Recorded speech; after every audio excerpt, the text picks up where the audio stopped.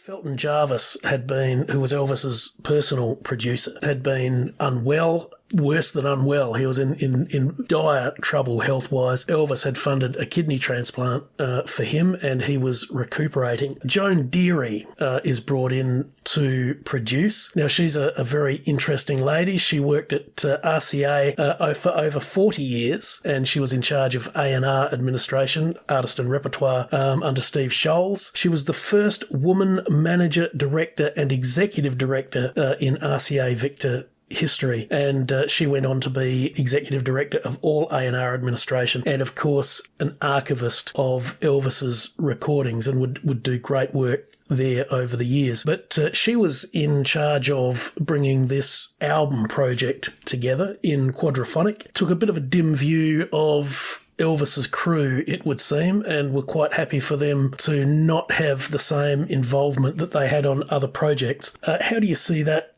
sort of situation that was bubbling in the background? I think it's a little odd because, well, I guess we got to look at 1973. I know that over the next 4 years, it was increasingly difficult to get Elvis into the studio. And what was even more difficult was to get him in the studio with an appropriate comfort level to record and to record at his best. So a guy like Felton is one of the boys, right? I mean, who would he be more comfortable with? But I guess we got to look at the scope and the grandeur of the Aloha project. You know, a lot of big players were brought in to pull this off. So the idea that might have been just a cutthroat business decision about what do we need, you know, a comfortable friend of Elvis, not to diminish Jarvis's abilities, but let's just go for the best. Let's just bring somebody in who's gonna shine this up as bright as it can get. Our main reference for this is